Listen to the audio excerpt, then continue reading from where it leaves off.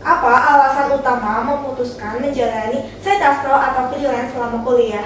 Oh, kalau aku sendiri alasannya tuh ada dua. Yang pertama, selain ingin cari pengalaman juga, itu yang kedua aku pengen, apalagi kalau kita bukan pengen duit ya nggak sih? Nah, aku tuh pengen duit yang kedua.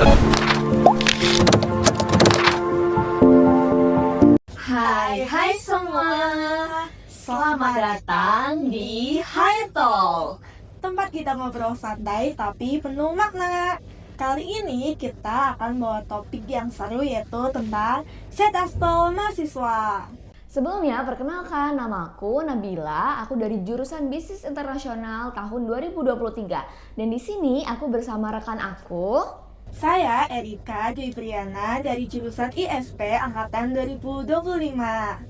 Nah, di sini kita nggak berdua aja nih Erika, tapi kita ketemu sama narasumber yang keren banget. Ada Kak Rafli dan juga Kak Ashifa. Boleh kenalan dulu Kak Rafli dan Kak Ashifa? Halo semua, kenalin aku Rafli Muftaqar Rozikin, mahasiswa semester 5 Ilmu Ekonomi dan Studi Pembangunan. Di sini aku sebagai freelancer nih dari PT Ethos Kreatif Indonesia. Di situ aku menjalani freelance sebagai host live. Oke, sebelumnya perkenalkan nama aku Ashifa. Di sini aku sebagai mahasiswa dari jurusan Ilmu Ekonomi Studi Pembangunan angkatan 2025. Selain sebagai mahasiswa, di sini aku juga sebagai asisten dari dosen yaitu Pak Diki.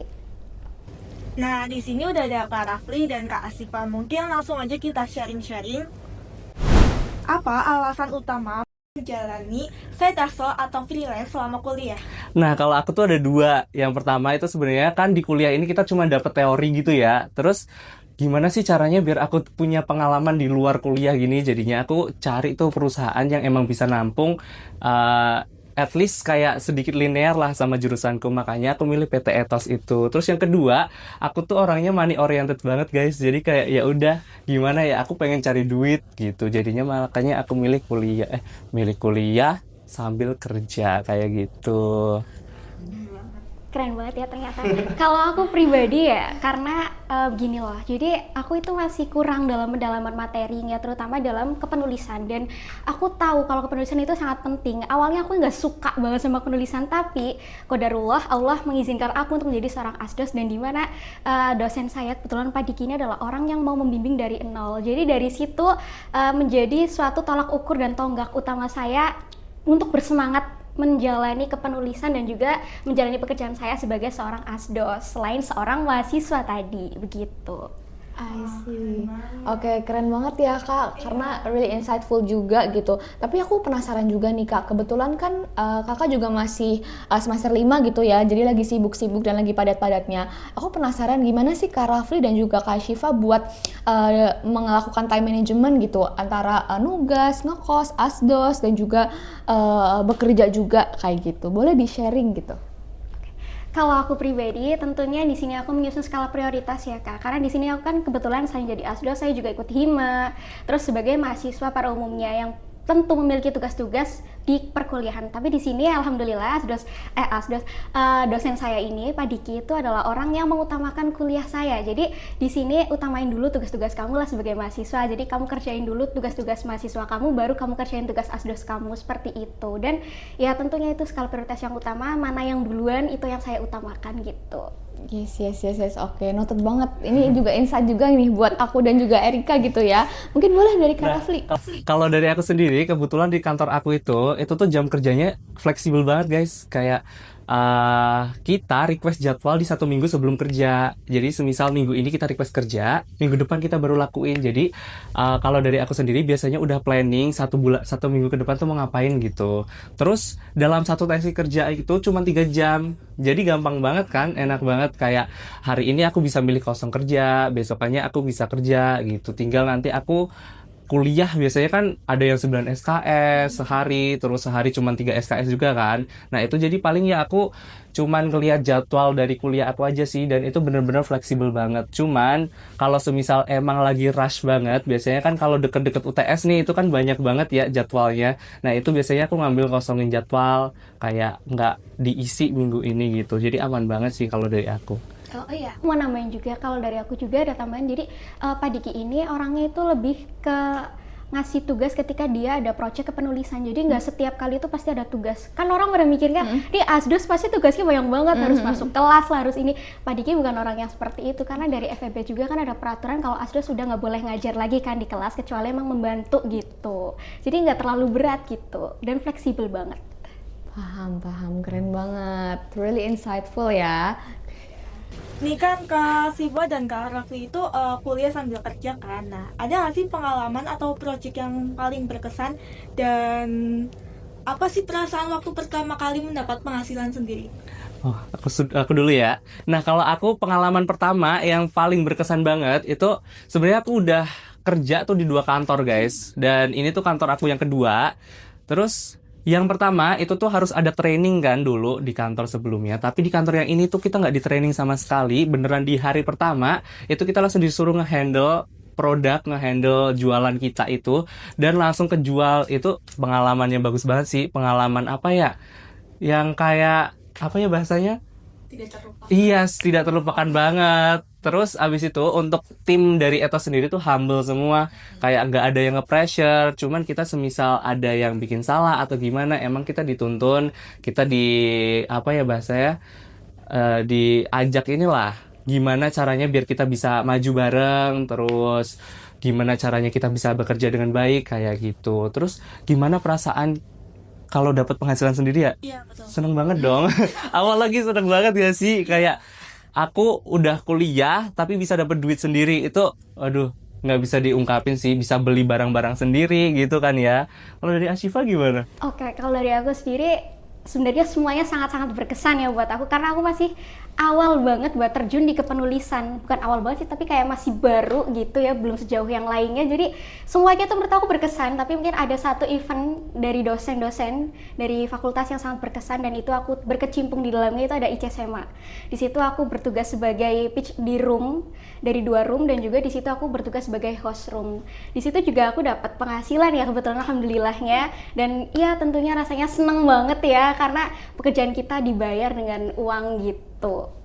Paham, keren banget gitu ya Kak. Jadi sebenarnya ini salah satu pengalaman yang gak terlupakan juga gitu. Jadi sambil kuliah jalan tapi dapat uang juga gitu istilahnya. Oke. Tadi kan aku sempat nge-highlight gitu ya dari kata Kak Rafli yang sebenarnya kalau misalkan kita butuh pengalaman kerja praktis juga gitu. Tapi kalau dari Kak Rafli dan juga Kak Ashifa sendiri, ada nggak sih semacam ilmu yang didapatkan dari perkuliahan itu ternyata bisa terimplementasi loh di real experience bekerja seperti itu? Kalau dari aku sendiri ya, itu tuh apa ya, materi dari kuliah yang kita bisa itu, yang aku implementasikan kemarin sih ya kayak teori konsumen. Kalau di ekonomi kan ada ya teori konsumen, terus ekonomi mikro, sama apa sih target pemasaran itu dapat banget. Kalau semisal aku lah, apalagi aku jualan live ya, jualan live itu pasti gimana sih caranya kita biar bisa guide consumer kita biar langsung beli kayak gitu. Kalau dari aku sih. Kalau dari aku sendiri ilmunya lebih ke kepenulisan nih. Jadi dan juga pemanfaatan alat analisis kayak SPSS, Evius gitu. Walaupun di situ aku masih belajar banget, tapi itu ya luar biasa gitu loh buat diterapin di kerjaanku sekarang sebagai Asdos gitu. Betul. Oke. Berarti dari ilmu-ilmu kuliah juga bisa terimplementasi juga ya Kak ya ke real experience-nya ya. Paham. Oke. Kak, ada tips untuk mahasiswa lain yang ingin mulai setase atau rencana selanjutnya Kakak ke depannya untuk pekerjaan sampingan ini? Kalau dari aku sendiri, tips buat teman-teman yang mau mulai side hustle atau freelance nih ya, jangan takut mulai. Pokoknya satu doang, jangan takut mulai. Kita bisa itu kalau kita udah jalan, teman-teman. Kalau kita belum jalan, belum bisa nggak sih? Iya kan? Betul banget. Iya, dari aku juga sama. Jadi jangan takut buat keluar dari zona nyaman, karena memulai itu gak semenakutkan itu ya teman-teman. Dan nantinya pasti kita bakal belajar banyak banget dari pekerjaan kita di luar mahasiswa tadi. Karena sebagai mahasiswa kita juga harus punya keahlian lain dari hanya penguasaan materi saja. Yes, betul banget. Yes, ini terimplementasi banget ya. Jadi kuncinya kalau misalkan buat mahasiswa tuh start dulu aja gitu istilahnya. Yes, start dulu aja, jangan malu-malu. Oh ya teman-teman kan biasanya pada malu-malu gitu ya. Jangan malu-malu teman-teman. Kalau kita pengen, kalau kita punya tujuan itu raih, mumpung kita masih muda, iya kan?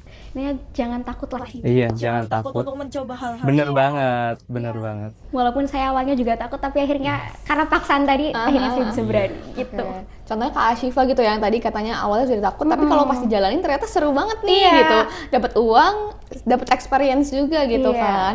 Oke. Terus aku tuh mungkin ada pertanyaan lagi gitu ya Kak. Aku lebih ke kayak penasaran gitu. Kalau dari reaksi keluarga sendiri dari Kak Ashifa dan juga Kak Rafli, kayak gimana sih menghadapi ternyata anaknya misalkan ikut sambil kerja gitu. Apakah lebih ke kayak khawatir kuliah kamu gimana nih gitu-gitu. Gimana responsnya dari beliau biasanya? Kalau dari aku sendiri awalnya nggak disetujuin, dilarang sebenarnya. Kayak kenapa harus kerja? Kan kenapa nggak fokus kuliah aja gitu kan? Tapi aku kayak ya kan kerjaanku juga agak linear sama jurusanku, jadi aku tetap ambil aja. Terus let it flow aja kan orang tua aku. Terus beliau juga kayak ya udahlah, yang penting kuliahmu nggak terganggu. Apalagi kan aku udah bilang kalau semisal jadwalku juga fleksibel banget, satu sesi cuma 3 jam aja. Terus ya udah, aku bisa nabung pakai duit aku sendiri, terus masih dapet jatah dari orang tua kayak gitu. Double income gitu ya Kak istilahnya. Income, iya bener banget, double income. Kalau dari aku sendiri, karena kebetulan keluarga aku itu dari keluarga yang bisa dibilang akademis ya. Karena dari bude sama ibuku juga kan masih di lingkungan pendidikan. Jadi support banget tentunya dapat kerjaan sebagai asdos tadi, dan di situ ibuku bilang jangan terlalu berorientasi pada uang. Ilmu itu lebih mahal dari segalanya gitu. Oke. Jadi di situ saya udah kayak ya udahlah, aman lah ini, gak usah terlalu terpressure sama uang dan sebagainya. Dan ibu saya juga udah bilang kalau misalnya saya kuliah, ya udah utamain kuliah aja, jangan begitu mengutamakan pekerjaanmu. Tapi kalau asdos tadi itu ibu saya benar-benar support banget gitu sih. Oke, keren. Jadi berarti mayoritas ini disupport juga gitu ya dari keluarga ya Kak ya. Paham. Oke. Selama ngejalanin Finastol itu, skill apa sih yang menurut Kak Rafli dan Kak Ashifa itu yang paling berkembang banget? Karena kan nggak cuma kayak kerjaan, tapi juga kayak komunikasi, mengatur waktu. Ada nggak sih cerita soal itu? Kalau dari aku sendiri ya, itu kayak komunikasi pasti banget ya. Apalagi aku tipikal orang yang suka di bidang marketing nih. Jadi kayak aku udah jadi host live, itu masuk banget gak sih sama keinginan aku. Nah itu komunikasi aku juga dilatih banget. Terus gimana ya, public speakingnya kayak malu-malu gitu ya biasanya. Kalau ngomong di depan umum gimana sih, pasti malu-malu banget kan. Nah itu dilatih banget. Aku biasanya kan kayak semisal satu studio tuh, itu tuh nggak cuman aku doang, tapi banyak banget ada orang yang keliling-keliling buat mastiin kita gimana gitu kan. Jadi kita tetap ngomong, tapi ada orang kan jadi agak malu, kikuk gitu ya. Nah itu dilatih banget. Terus gimana cara ngejual barang, gimana cara kita produk knowledge gitu kan. Nah itu dilatih banget sih kalau dari aku. Iya betul. Dari komunikasi juga sama. Aku di sini sangat-sangat belajar dalam hal komunikasi, karena di sini aku bukan lagi ngobrol dengan teman sebaya, tapi dengan para dosen tentunya, dan juga ada juga dari orang luar yang bekerja sama dengan dosen. Terus juga ada kepenulisan dari di jurnal, bikin jurnal atau artikel gitu. Itu benar-benar hal yang baru buat aku ya, apalagi buat ngeformattingnya, editingnya dan sebagainya gitu. Jadi itu luar biasa banget sih buat aku. Yes, oke. Jadi selama jalanin Finastol itu sambil belajar ya? Tuh. Bener banget. Keren banget. Oke Kak, tadi kan sebenarnya berarti skill yang tertumbuh gitu ya istilahnya pas lagi real experience tuh banyak banget juga ya Kak. Untuk Kak Rafli berarti memang yang emang pengen ke marketing, jadi host live tuh increase product knowledge, terus habis itu public speakingnya juga gitu ya, keberaniannya juga. Terus dari Kak Ashifa juga emang interest di kepenulisan gitu.